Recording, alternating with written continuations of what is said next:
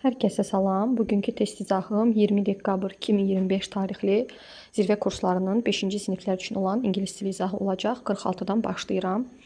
A variantı Max is my dog. Bəli, düzgündür. Max mənim itimdir. B variantı Max-dən sonra is yazılmalıydı. C variantı Max bir nəfərdir, insandır, he is yazılmalıydı.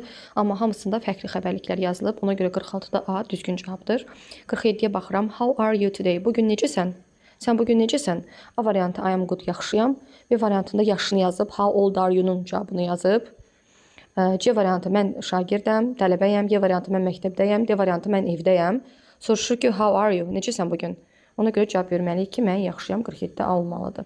48. My country is, mənim ölkəm. Bu tipli testlər keçən dəfə də sınaqlara düşmüşdü və şagirdlərin böyük bir əksəriyyəti səhvlik yazmışlar. Ümidvaram ki, izahlarımdan sonra artıq bunu düz yazmış olarlar.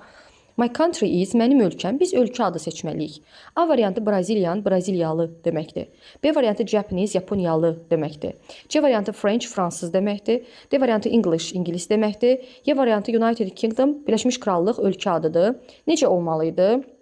A variantı Braziliya, C variantı France, B variantı Japan, D variantı England olmalı idi ki, biz o cavabları düzgün seçə bilək. 49-dan davam edirəm. Düzgün variantı seçin. Biz bilirik ki, yəlik əvəzliklərindən sonra isim gəlir, aslı formasından sonra. A variantı I bike, mən velosiped. B variantı we book, biz kitab.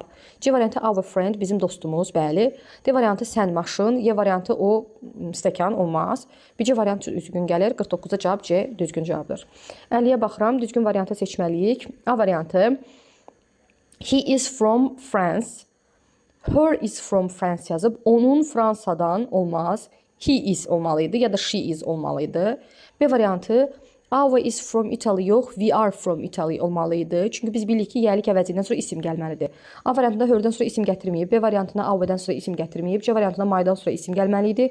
Y variantında da your-dan sonra isim gəlməliydi. Yəlik əvəzliklərindən sonra mütləq şəkildə isim gəlməlidir.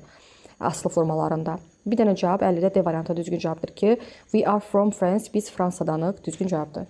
51-dən davam edirəm. Evin hissələri olan cavabı seçin. A variantında maşın sözü var. B variantı qoca, köhnə, nice, yaxşı deməkdir. D variantı stol, stul. C variantı kravat, divan. Burada deyir evin hissələri. Evin hissələri yəni otaqlardan söhbət gedir. Ona görə 51-də cavab Y variantıdır. Bedroom, yataq otağı, kitchen, mətbəx.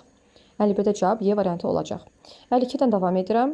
Vardır bir dənə shower, yəni duş, in my. Duş harda ola bilər? Təbii ki, vanna otağında, bathroom. 52-də cavab B variantıdır. İçlərində hələ indi